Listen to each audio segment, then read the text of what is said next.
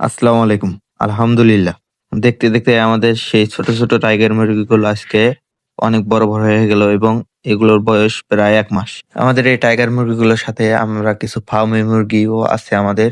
সেগুলোও এখানে আনছি এবং সেগুলোকে কিছু লতাপাতা খেতে দিয়েছি। এবং আমাদের সেই ছোট, ছোট টাইগার মুরগিগুলোর ১ মাসের ওজন হয়েছে হলো ৮০০ গ্রাম। আমাদের এই মুরগিগুলোকে আমরা কিছু গমের ভুসি এবং তার সাথে কিছু পুষ্টি মিশিয়ে দেই এবং তারা খুব ভালোভাবে সেগুলো খায়। এবং আমরা সবসময় চেষ্টা করি আমাদের এই মুরগিগুলোর খাবারের পানি সবসময় পরিষ্কার রাখার জন্য।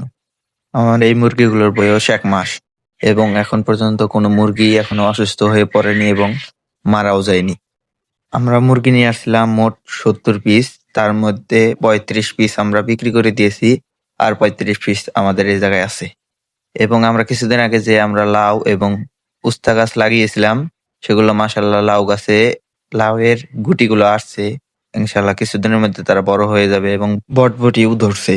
এবং আমাদের সেই উস্তা গাছগুলো যেগুলো ছিল, সেগুলোর মধ্যে এখনো আমরা উস্তার ফলন পাইনি। ইনশাআল্লাহ কিছুদিনের মধ্যে আমরা পাবো। সবাই শেয়ার করে দেন।